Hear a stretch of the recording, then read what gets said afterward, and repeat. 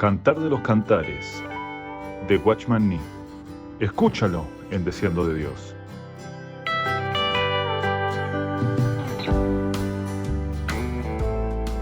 Sección 1. La búsqueda inicial y la satisfacción 1, 2, 2, 7. Esta sección es la clave de todo el libro. Todos los principios espirituales están contenidos en esta sección y predice todas las experiencias subsecuentes. Las lecciones que vienen luego no son nuevas, son lecciones previas que se repiten de una manera más profunda. Las experiencias espirituales de la primera sección son suaves y fáciles. La primera consagración y revelación siempre parece ser fácil. Sin embargo, esta consagración y revelación puede no ser muy confiable, por eso es necesario que estas experiencias pasen por el fuego. Esta sección revela las experiencias espirituales que están por venir, después de lo cual todo será probado hasta que llegue a ser real. La primera vez que una persona experimenta algo, es posible que no reciba una impresión muy profunda, tal vez en la segunda ocasión la experiencia sea más avanzada y madura. Quizá la segunda experiencia no sea tan agradable como la primera, pero al final la experiencia es la misma que al comienzo. La bandera sigue siendo amor. La experiencia descrita en esta sección equivale a la senda de luz a la que alude el libro Torrente Espirituales, también es equivalente a la etapa de avivamiento del libro 4 niveles de la vida espiritual. Nuestra experiencia espiritual puede atestiguarlo. 1. Anhelos 1, 2-3. El versículo 2 dice, oh, si él me besara con besos de su boca. Porque mejores son tus amores que el vino. Los besos a los que aquí se alude son diferentes del beso del Padre en el cuello, Lucas 3:20. Este beso era una señal de perdón, el cual todos los que pertenecen al Señor han recibido. El énfasis en Cantares recae sobre la relación amorosa entre los creyentes y el Señor. Por lo tanto, el perdón es un hecho implícito, y esta es la razón por la cual no se menciona. El Cantar de los Cantares no describe la manera en que una persona pasa de la posición de pecador a la de creyente, sino que habla de la forma en que un creyente satisface su sed y halla satisfacción. Debemos tener presente este hecho para poder entender el comienzo del libro. Después de que una persona es salva, no sabemos cuánto tiempo se requiere para que experimente un anhelo en su ser. Lo que sí sabemos es que cuando una persona salva es despertada por el Espíritu Santo y comienza a seguir al Señor, surge en ella un anhelo. Debido a que la que busca al Señor tiene hambre y sed, espontáneamente dice, oh, si él me besara con besos de su boca. Ella no dice quién es él. Pero en su mente hay solo una persona, él, aquel a quien ella busca. Antes su relación con el Señor era general y ella estaba profundamente satisfecha con esto. Ahora desea tener una relación más personal con él. Por lo tanto, ella desea un beso, que es una expresión personal de amor. Nadie puede besar a dos personas al mismo tiempo. Un beso es la expresión de una relación exclusivamente personal. Además, estos no son besos en la mejilla, como fue el de Judas, Mateo 26:49, ni en los pies, como fueron los de María, Lucas 7:38-45. Son besos de su boca, una señal de afecto personal. Ella ya no está satisfecha con una relación general y desea una relación personal que nadie más tiene. Esta urgencia interna es el comienzo de todo progreso. La edificación espiritual nunca puede estar separada de una búsqueda que esté basada en el hambre y la sed. Si el Espíritu Santo no ha puesto una verdadera insatisfacción con la relación general del creyente ni ha puesto una búsqueda por un afecto personal en él, el creyente no podrá tener una relación íntima con el Señor. Esta búsqueda es la base de toda experiencia futura. Si no tenemos hambre y sed, solamente tendremos un canto poético y no el Cantar de los Cantares. Tenemos esta búsqueda porque recibimos una visión. El Espíritu Santo nos ha mostrado una visión que los hombres no han visto. Después de recibir esta revelación, descubrimos que su amor es mejor que el vino, y por eso anhelamos los besos de su boca. En verdad, el amor del Señor es mejor que el vino. De todo lo que nos trae gozo y regocijo, el Espíritu Santo nos muestra que nada se puede comparar con el amor del Señor. Nada de lo que nos atrae bajo el sol, puede compararse con su amor. Una vez que vemos y probamos su amor, ¿hay alguna cosa debajo del sol que pueda compararse con él? El versículo 3 dice, a más del olor de tus suaves ungüentos, tu nombre es como ungüento derramado, por eso las doncellas te aman. Señor, tú eres el ungido. Dios te ungió con el Espíritu Santo y recibiste del Espíritu Santo todo tipo de ungüento. Dios no es el único que percibe tu olor, pues nosotros también lo percibimos. Nadie nos habló jamás de este aroma, ni lo percibimos en ningún lugar, pero somos conmovidos espontáneamente con el encanto del olor de tu ungüento. Tu nombre es como ungüento derramado. Señor, tú también tienes un nombre que nos atrae. Con tu nombre nos recuerdas que Dios vino. La unción ya fue derramada. Estamos conscientes de que tú moriste. Sin duda alguna, la unción ya fue derramada. Cuán precioso es el nombre de Jesús. ¿Quién podrá sondear el olor de este nombre? Por eso las doncellas te aman. Debido a tu misma persona, el ungüento, y tu nombre, la unción derramada, las doncellas te aman. Ellas te aman por tu misma persona y tu nombre. No podemos amar una obra ni tampoco un poder. Solamente podemos amar a una persona, a alguien que tiene personalidad. Te amamos y somos atraídos por tu misma persona y tu nombre. Aunque no hemos percibido tu olor en su totalidad, lo que hemos percibido es suficiente para amarte. La revelación de la persona del Señor no solamente exige la adoración por parte del hombre, sino también el amor. El amor al Señor surge en cada uno de nosotros cuando tenemos una visión de su persona. Estas doncellas son los protegidos, Salmos 83, 3. Ellas son las compañeras de la doncella y son igualmente puras y buscan diligentemente al Señor. La doncella no es la única que camina en esta senda espiritual, ella es solamente una virgen entre muchas. 2. Búsqueda, 1, 4. El versículo 4 dice, Atráeme, en pos de ti correremos. Aunque tenemos el deseo y la disposición de seguir en pos de Él, no podemos evitar sentir que nos faltan las fuerzas para buscarlo. Esta fuerza no es un poder grandioso que el Espíritu nos dé de una vez por todas, sino que es la hermosura y la gloria del Señor, las cuales nos atraen. Su poder de atracción equivale a nuestro poder para buscarlo. Si el Señor verdaderamente nos atrae, nos será muy fácil ir en pos de Él. Si tú nos atraes, en pos de ti correremos. Correr en pos equivale a buscar continuamente. Las fuerzas para correr en pos del Señor vienen de la atracción del Señor. Debemos darnos cuenta de que nadie puede acudir al Señor por su propia cuenta. Cuando éramos pecadores necesitábamos que Dios nos atrajera para poder acercarnos a Él. Del mismo modo, después de llegar a ser creyentes, necesitamos ser atraídos por el Señor antes de poder correr en pos de Él. Aquí vemos la relación que existe entre un creyente individual y los demás creyentes. Yo soy atraído, pero nosotros corremos en pos del Señor. Yo soy llevado a las cámaras, pero nosotros nos gozaremos y alegraremos en ti. Si un hombre recibe gracia delante del Señor, con seguridad afectará a otros. 3. Comunión, 1, 4. El versículo 4 continúa, el rey me ha metido en sus cámaras. Después de que la doncella ora, su oración es contestada, el rey me ha metido en sus cámaras. Las cámaras son el lugar secreto, Salmos 91, 1, sus habitaciones. No llevaremos a una persona a nuestras cámaras, a menos que tengamos una amistad muy profunda con ella. Por eso, cuando el rey la lleva a sus cámaras, manifiesta el comienzo de la comunión y la revelación. En las cámaras ella disfruta una comunión que era desconocida hasta entonces, además, ella ve algo que no había visto antes. El hecho de que sea un rey indica que antes de conocer al Señor como nuestro amado, debemos conocerlo como nuestro rey. Una vida de consagración siempre precede a una vida de amor, y una experiencia de satisfacción siempre ocurre después de un acto de consagración. El rey me ha metido en sus cámaras. Ella lo ha conocido como su rey, mas ahora el rey le mostrará la experiencia de entrar en las cámaras. Aquellas que están con la doncella pueden levantar sus cabezas, y el futuro se les abrirá. No hay límite en su futuro. Una vez que se tiene la experiencia de las cámaras, la esperanza abunda en una vida de amor. Ellas saben que el que comenzó la buena obra, la perfeccionará, Filipenses 1, 6. Por lo tanto, ellas dicen, nos gozaremos y alegraremos en ti, nos acordaremos de tus amores más que del vino. Estas son palabras para el futuro.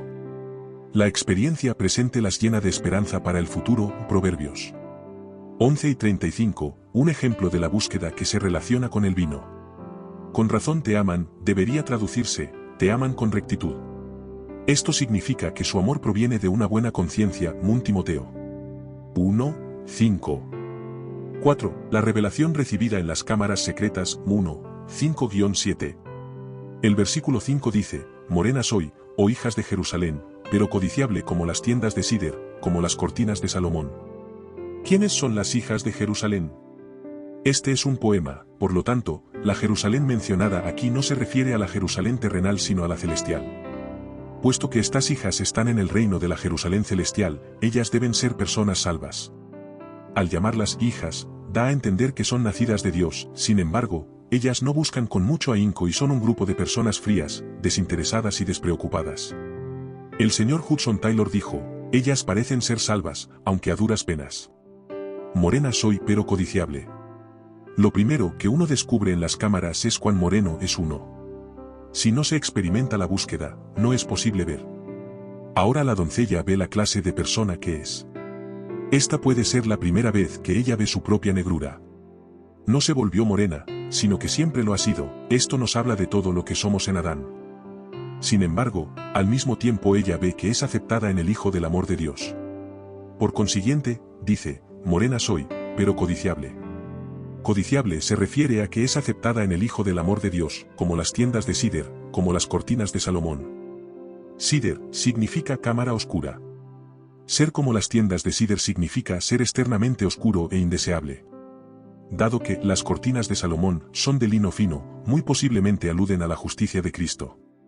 La justicia mencionada en Apocalipsis 19:8 hace referencia a la justicia de los santos, la cual es producida por la obra del Espíritu Santo. Pero como este versículo se encuentra en el Antiguo Testamento, no debe de referirse a la justicia de los santos. Estas cortinas seguramente se hallaban en el templo. Las cortinas de Salomón denota la belleza interna, la cual es la belleza que uno tiene delante de Dios. El versículo 6 dice, no reparéis en que soy morena, porque el sol me miró. Los hijos de mi madre se airaron contra mí, me pusieron a guardar las viñas, y mi viña, que era mía, no guardé. El sol lleva artículo definido. Al ser iluminada por Dios en las cámaras, se da cuenta de que es morena. Por consiguiente, ella no quiere que nadie la mire. Este es su estado anímico. Antes de que el Espíritu Santo complete su profunda obra en una persona, ésta tal vez querrá cubrirse ante otros. Pero después de que el Espíritu Santo haya hecho una obra lo suficientemente profunda, el hombre no tratará de esconderse de los demás. En este momento la apariencia de la doncella delante del hombre es la misma que delante de Dios. Como resultado, ella está dispuesta a declarar, soy morena, porque el sol me miró. Los hijos de mi madre se airaron contra mí. Este versículo no dice, los hijos de mi padre, sino los hijos de mi madre, porque madre indica promesa, lo cual se relaciona con la gracia de Dios. Gálatas 4, 26-28 dice que la Jerusalén de arriba es nuestra madre y que nosotros, igual que Isaac, somos hijos de la promesa. Los hijos de mi madre son quienes han llegado a ser hijos de Dios, según el principio fundamental de la gracia de Dios. Hijos denota algo objetivo.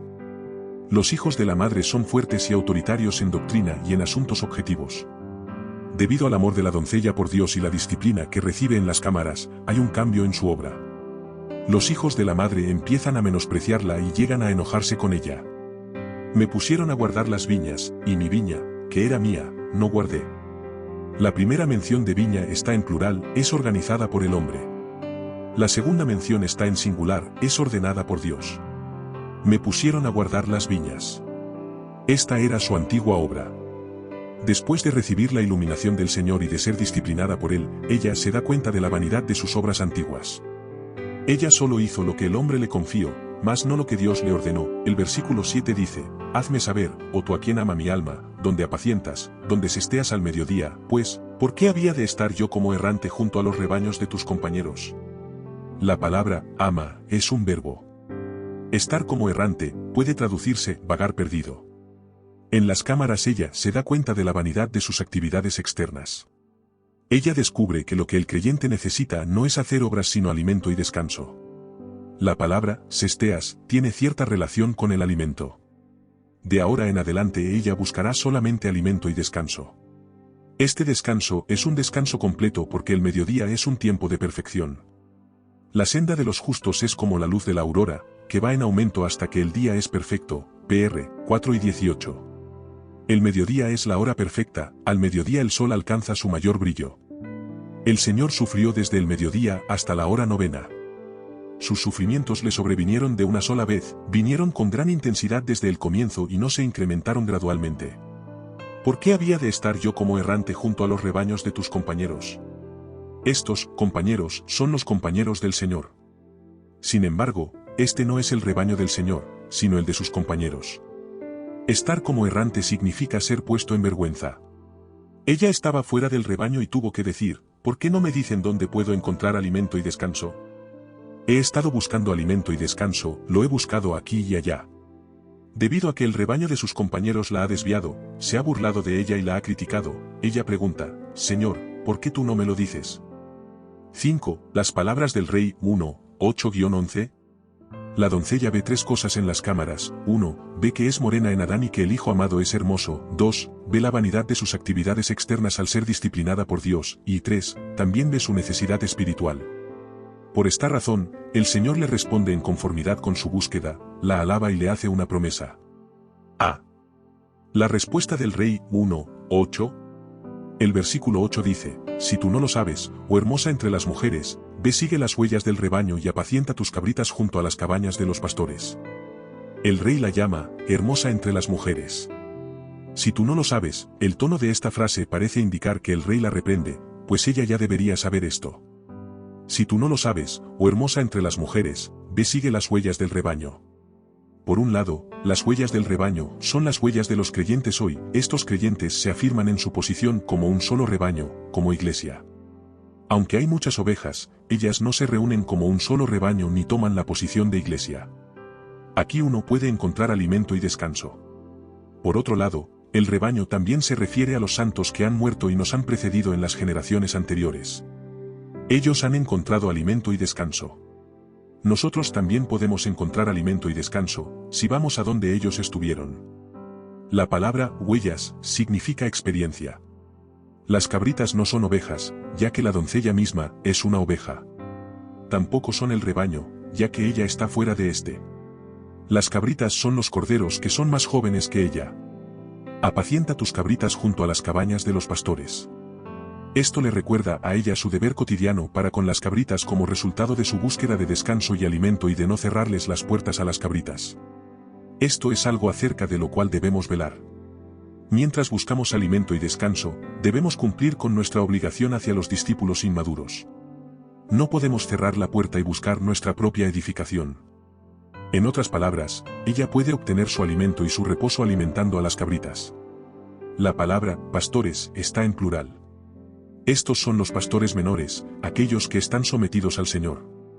La palabra, cabañas, es plural.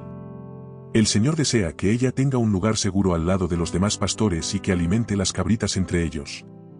Por un lado, ella tiene que seguir la consagración, la fe, la perseverancia y la oración de los santos que ya se han ido. Por otro lado, en su vida cotidiana ella debe cuidar de los santos más jóvenes que ella. Mientras seguimos, no debemos renunciar a nuestras obligaciones diarias. D. La alabanza y la promesa del rey, 1, 9-11. Los versículos del 9 al 11 dicen, a yegua de los carros de Faraón te he comparado, amiga mía. Hermosas son tus mejillas entre los pendientes, tu cuello entre los collares. Zarcillos de oro te haremos, tachonados de plata. Las palabras, amiga mía, pueden ser traducidas, amada mía. La palabra traducida, yegua, denota en el lenguaje original una buena yegua. Todos los caballos de los días de Salomón venían de Egipto, Mun Reyes. 10, 28-29, los versículos 9 y 10 describen la belleza de la constitución natural de la doncella. El versículo 11 describe la obra de Dios y la belleza que proviene de él. Estos 3 versículos hablan de 6 cosas, 1, la yegua, 2, las mejillas, 3, los pendientes, 4, el cuello, 5, los zarcillos de oro, 6, tachonados de plata. Analicemos una por una. 1. La yegua. La Biblia caracteriza a la yegua por su rapidez. Salmos 147, 10 menciona la fuerza del caballo. La yegua de los carros de Faraón es la mejor de todas las yeguas. En términos espirituales denota rapidez. Una yegua simboliza rapidez natural. Es veloz porque es fuerte. La rapidez a la que alude este versículo se puede comparar con correr en 1:4. La doncella es veloz pero su rapidez proviene del mundo. 2. Las mejillas. La belleza de una persona se determina por las mejillas, lo cual indica que las mejillas son la parte más hermosa. 3. Los pendientes. Las mejillas son embellecidas por los pendientes. Los pendientes son sus cabellos trenzado. El cabello denota la fuerza natural. Esto nos muestra que la belleza de la doncella proviene de su fuerza natural, lo cual hace referencia a la esfera natural. 4. El cuello. El adorno del cuello denota la gentileza natural de la doncella. El cuello era rígido, pero ahora está adornado. Esto nos muestra su gentileza natural. Un cuello que no tiene collar es un cuello obstinado, que no se doblega. En el versículo 9 se la compara a una yegua, mientras que el versículo 10 resalta la razón por la cual se hace esta comparación. Ella es veloz debido a su fuerza y gentileza natural. A pesar de que la revelación que recibió en las cámaras produjo una búsqueda por parte de ella, su rapidez natural, es decir, su fuerza y gentileza naturales siguen presentes. Tal vez la razón por la cual muchas personas no progresan sea su rapidez natural. Los versículos 9 y 10 revelan que aunque ella es hermosa, su belleza es natural. Solamente la hermosura que proviene de Dios es verdadera belleza. El Señor promete hacer dos cosas por ella, te haremos. Esta es la promesa del Rey. El Espíritu Santo nos recuerda aquí al Dios triuno.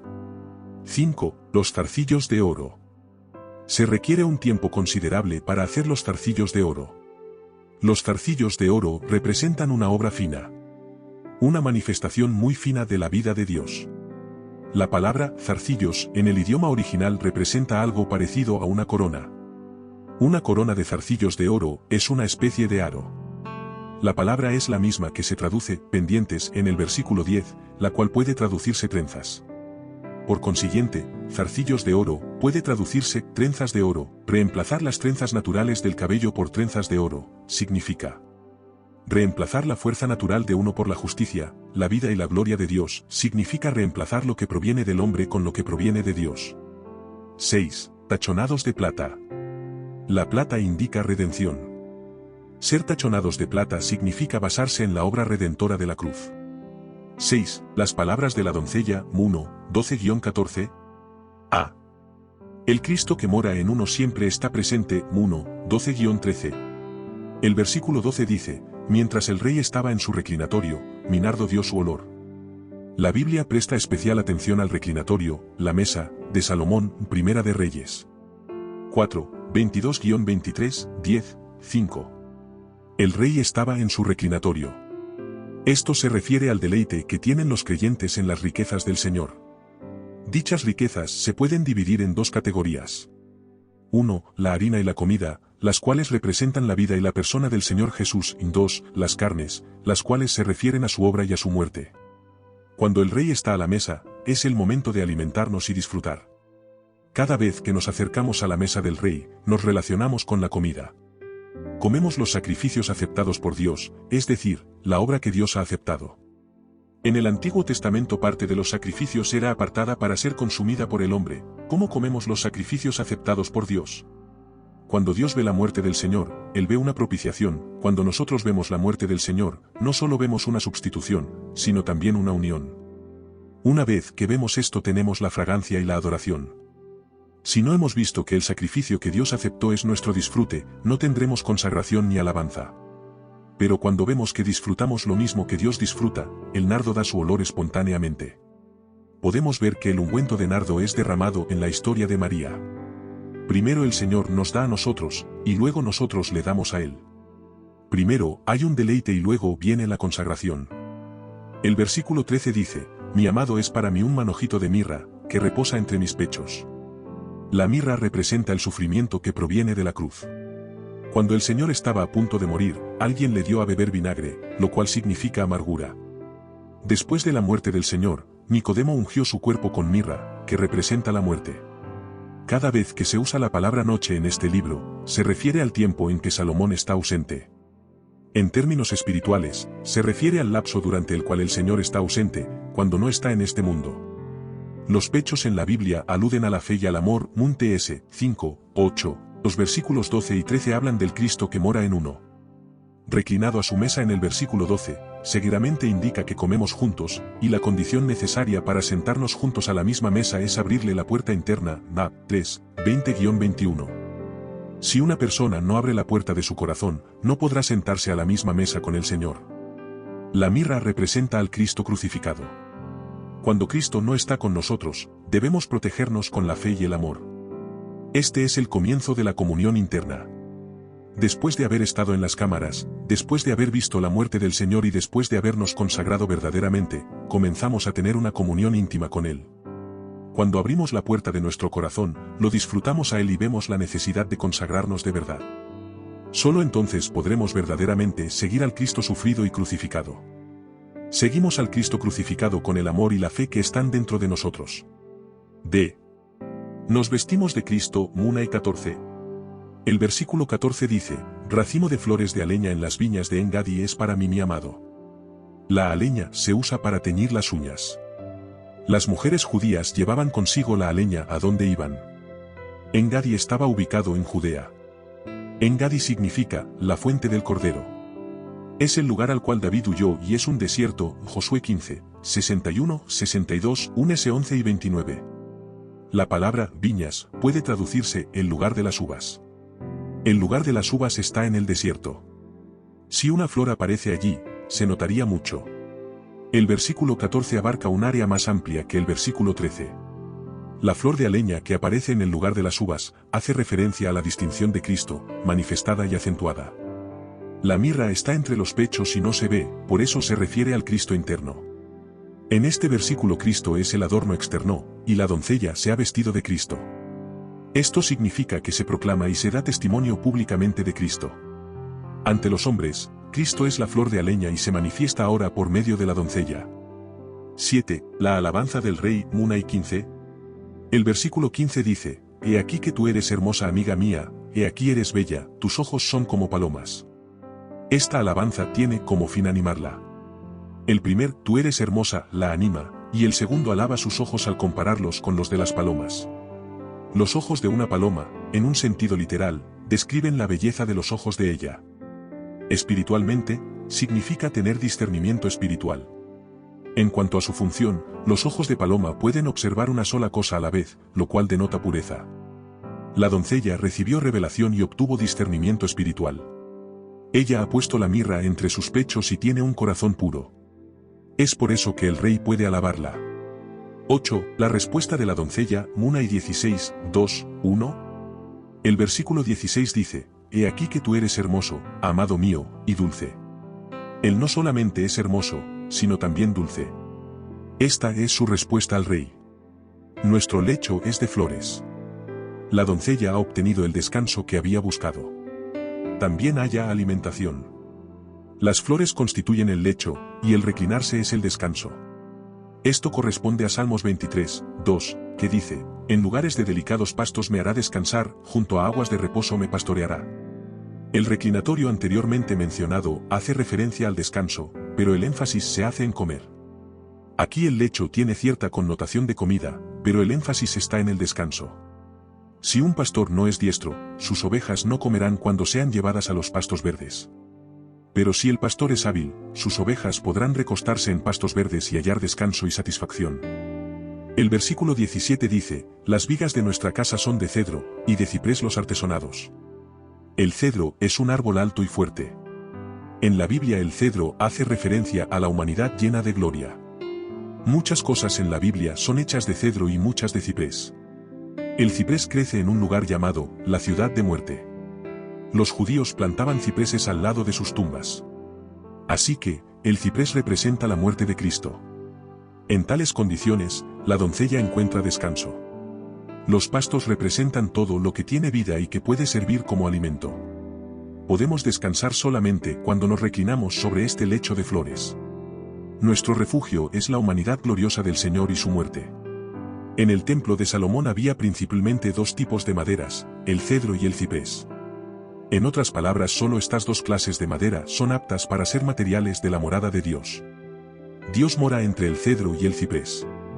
Ahora podemos descansar en el lugar de la morada de Dios. El versículo 2, 1 dice, yo soy la rosa de Sarón, y el lirio de los valles. Este versículo viene inmediatamente después de 1 y 17. Estas palabras no las profiere el rey sino la doncella. Si las hubiese dicho el rey, serían difíciles de interpretar. Si fueran las palabras del rey, no tendría sentido que luego dijera en el versículo siguiente que la doncella es un lirio. El sarón es un llano, y la rosa puede considerarse una especie de lirio, una planta silvestre despreciable en la tierra de Judea. El lirio de los valles es común y sencillo. Es el lirio de los valles, y no el lirio del florero. No es el hombre quien la cuida sino Dios. La doncella reconoce que ella es la rosa de Sarón y el lirio de los valles, porque el rey la alaba en 1:15.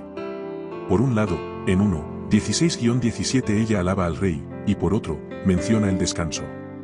Ella se menciona a sí misma como una rosa del desierto y un lirio de los valles.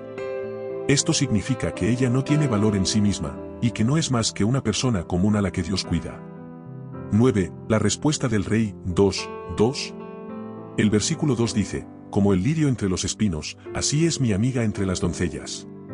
El rey dice que la amiga es en verdad un lirio, no en contraste con los valles, sino en contraste con los espinos. Esto significa que la doncella es un lirio, mientras que las demás son solo espinos. Según la Biblia, los espinos representan dos cosas. En primer lugar, se refieren a la vida natural del hombre después de la caída de Adán. Decimos esto basándonos en Génesis 3:18. Allí los espinos crecen solos y no se producen como resultado de la siembra. Otra base para decir esto es Éxodo 3, el capítulo donde se menciona la zarza. El fuego ardía y aún así la zarza no se consumía. El fuego y la luz no surgían de la zarza sino de Dios. Dios usó la zarza pero no le causó ningún daño. Esto daba a entender que Dios usaría a Moisés para disciplinar a los israelitas y los gentiles de acuerdo consigo mismo y no según la vida natural del hombre. Un testimonio verdadero no tiene como base las obras del hombre sino las de Dios. Dios no usó nada que proviniera de Moisés, solamente usó lo que procedía de él mismo. En segundo lugar, los espinos representan lo que brota de la esfera natural, lo que resulta del pecado y del yo natural. Esto es tipificado en Mateo 13:7. Los espinos de Hebreos 6:8 representan el fruto de la voluntad del hombre, cuyo destino es ser quemado. La palabra doncellas es plural. Ellas no son las hijas de Jerusalén. El Señor considera lirios a quienes van en pos de Él, mas no a los que nacen de pecado. El Señor declara que se diferencian de quienes viven en pecado.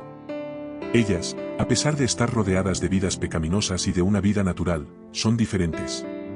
Son las que tienen fe, los lirios. Al mismo tiempo, con esto sugiere que estos son los sufrimientos que una persona que busca soporta en medio de las circunstancias naturales y de un vivir pecaminoso. 10. La alabanza y el deleite de la doncella, 2:3-6. El versículo 3 dice, como el manzano entre los árboles silvestres, así es mi amado entre los jóvenes, bajo la sombra del deseado me senté, y su fruto fue dulce a mi paladar. Ahora le corresponde el turno a ella para comparar al rey con los pecadores. Los jóvenes es una alusión a todo lo que cautiva nuestro corazón, todo lo que es deseable, GN 3:6, todo lo que se enseñorea de nuestro corazón y todo aquello de lo que debe alejarse el corazón del creyente. Note las palabras, el manzano entre los árboles silvestres. En el lenguaje original, el manzano es un bergamoto. Un árbol de hoja perenne, cuyas hojas no caen en el invierno. Externamente, se parece a la granada y su sabor es como el de la naranja o el limón. Los jóvenes son comparados con árboles comunes, mientras que el amado tiene tres características. 1. Puede llegar a ser un bosque, el énfasis recae sobre madera, dando la noción de altura. 2. Su sombra nunca falla, conserva su verdor y por eso nos provee de sombra continuamente. 3. Él lleva fruto. Muchos árboles son verdes pero no dan fruto. Es alto, nos da sombra y es fructífero. La doncella se dan cuenta de que el Señor es el todo en todos. Anteriormente ella se había dado totalmente al Señor. Mas ahora ella declara su testimonio, estas son las palabras que salen de su boca, lo que ella proclama públicamente a todos los hombres. Ella no solamente reconoce que Él es el vino, sino que alaba al vino mismo. En este momento nada ni nadie puede robar su corazón.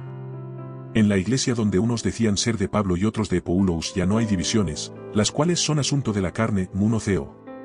3:4. Ahora el Señor ha llenado su visión. Me senté, puede traducirse, me deleité. Sentarse bajo la sombra del Señor significa ser exaltado, también tiene el sentido de ser arrebatado. Uno se regocija al sentarse bajo la sombra del Señor, lo cual da a entender que uno se siente como si fuese llevado a su presencia. La sombra está en contraste con el brillo del sol y nos lo recuerda en 1:6. Aquí hace referencia al descanso, Sal 91:1. Su fruto fue dulce. Comer en Cantares 2:3 difiere de comer en 1:12. Allí el énfasis se hace en el Señor mismo, mientras que aquí el fruto se refiere a lo que la vida y obra del Señor han obtenido para nosotros, a saber, la justificación, la santificación, la paz y la venida del Espíritu Santo. Por un lado, ella se regocija en la presencia del Señor y por otro, disfruta lo que Él adquirió para ella en su presencia. Cada vez que probamos este fruto, comprobamos que es dulce a nuestro paladar. El versículo 1:4 habla de correr en pos de Él, mientras que 1:8 habla de seguirlo. Es posible que en 1:12-14 ella esté sentada, pero no se describe su postura.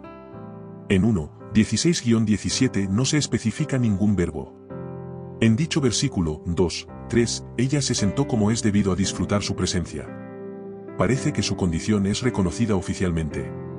En 1:16-17 ella ya descansaba, mientras que este versículo es solo un anuncio oficial de lo que ella ya ha disfrutado y adquirido en 1:16-17. La verdadera historia se encuentra en 1:16-17, mientras que este versículo es la narración de los hechos. El versículo 4 dice, me llevó a la casa del banquete, y su bandera sobre mí fue amor. La casa del banquete puede traducirse la casa del vino, es el lugar donde uno puede disfrutar a voluntad cuanto desee. El rey la trajo aquí, y esta es la segunda vez que el rey la conduce a un lugar, la primera vez se halla en 1:4. El deleite que se tiene en el fruto y en la casa del banquete es un poco diferente del deleite que se tiene en la mesa del rey. La casa del banquete es el lugar donde uno atiende a los invitados, donde predomina el gozo. Una vez que una persona se consagra y pasa por el camino de la cruz viendo todo lo que el Señor ha logrado para él, espontáneamente es conducido a la casa del vino. En otras palabras, el rey nos lleva a sus cámaras con el propósito de darnos una revelación, y nos lleva a la casa del vino con el propósito de darnos gozo, el gozo de su presencia. Su bandera sobre mí fue amor. Esto significa que su amor se despliega sobre nosotros. Todo el asunto está relacionado con el amor. Una bandera muestra lo que uno hace, es una especie de lema. Nuestra bandera es amor, lo cual significa que todo lo que hacemos está basado en el amor. El versículo 5 dice, sustentadme con pasas, confortadme con manzanas, porque estoy enferma de amor. La palabra, confortar, puede traducirse, reanimar. Estar enfermo de amor es estar gozoso hasta estar exhausto. Es como lo que le sucedió al señor Moody, quien estaba tan lleno de gozo que no podía soportarlo más, y tuvo que pedirle al Señor que lo detuviera. Este versículo es principalmente un llamado a la moderación. Es bueno estar en la presencia del Señor, pero hemos visto que cuando los santos de antaño tenían una experiencia que los anonadaba, caían como muertos. Este versículo nos dice que la doncella disfruta más de lo que puede soportar. Nuestra capacidad tiene solo cierta medida para disfrutar al Señor. Debemos pedirle al Señor que aumente nuestra fuerza para que podamos disfrutar más. De no ser así, cuando recibamos mucho, nuestra capacidad limitará lo que podamos disfrutar. Los vasos terrenales no tienen mucha capacidad, por eso es necesario recibir del Señor más fortaleza para aumentar nuestra capacidad de disfrutar. El versículo 6 dice, su izquierda esté debajo de mi cabeza, y su derecha me abrace. Su izquierda esté debajo de mi cabeza y indica que él levanta la cabeza de la doncella para que lo contemple a él. La posición más natural de abrazar a alguien es abrazarlo con la mano derecha. Aquí no se recalca la protección con poder, sino el apoyo íntimo. Dicho de otro modo, después que uno ha disfrutado el amor del Señor, sigue necesitando el apoyo de su gracia. 11. El mandato del rey, 2:7. El versículo 7 dice, yo os conjuro, oh doncellas de Jerusalén, por los corzos y por las ciervas del campo, que no despertéis ni hagáis velar al amor, hasta que quiera. En algunas versiones aparece la palabra gacelas en lugar de corzos, pero ninguna difiere en la traducción de la palabra ciervas. Según el contexto, la palabra amor debe de referirse a la amada. La expresión os conjuro está en el modo imperativo, lo cual expresa el tono de mando de un rey. Cantar de los Cantares de 1:2-2-7 constituye una sección de experiencias espirituales. Luego el Señor hace que la doncella tenga una pequeña pausa. En este momento, la persona ha llegado a la etapa que debe, pero no de una manera espectacular sino apacible y segura. Él ha salido de las cámaras y ha entrado en la casa del vino. En este momento el creyente llega sin ningún obstáculo a la casa del vino, y el Señor le pide que se detenga por un momento. A las hijas de Jerusalén les encanta lo espectacular y se complacen en entrometerse en muchas cosas. Por lo tanto, el Señor les dice que no despierten a la doncella. Los corzos y las ciervas son, por naturaleza, animales que se asustan con facilidad. El rey les da la orden a las hijas de Jerusalén, porque la doncella está enferma de amor. No hay necesidad de estimularla más, ella puede tener un breve receso. Ella está en las manos del Señor y no es necesario que la despierten. Si otros tratan de intervenir, esto no la ayudará. Ella debe descansar por un breve lapso y esperar que este periodo finalice, antes de emprender una segunda búsqueda. No la despierten, esperen a que ella misma se levante. No piensen que ella está encerrada en su alma y que necesita ayuda. Es allí a donde las lecciones la han llevado, y ahora debe haber una pausa. El amor ha llegado a su clímax. El rey está presente, por lo tanto, debemos callar. Habacuc 2 y 20. El Señor descansará en su amor. Sofonías 3 y 17. Esto significa que Él nos amará en reposo. Conclusión. 1. La doncella ve la cruz en el primer capítulo, pero no ha visto la vitalidad y el poder de la resurrección. 2. El peligro de la primera sección es caer en la complacencia de la relación íntima. 3. Ella todavía no entiende el significado de la consagración ni de la obediencia de tomar la cruz, porque no ha pasado todavía por la prueba. Ella todavía no ha tomado la cruz de una manera práctica ni ha seguido el camino de la cruz. 4. Existe otro peligro. Aunque ella ha visto el error de sentirse muy segura, todavía no se ha percatado de que el Señor de la obra es mayor que la obra misma. Aunque ella se ha dado cuenta que es equivocado guardar otras viñas, sigue pensando que es muy importante guardar su propia viña. 5. También existe un vacío. Durante todo este tiempo, ella ha visto cuánto vale el Señor para ella, pero no ha comprendido cuál es la posición que ella debería tomar delante del Señor. En otras palabras, ella se ha deleitado en el fruto de la obra dolorosa del Señor, pero no ha permitido que el Señor disfrute el resultado de sus sufrimientos. Esto significa que ella ha ganado mucho del Señor, pero el Señor todavía no la ha ganado a ella. 6. En la primera sección, solamente Cristo es mío, pero todavía yo no soy de Él.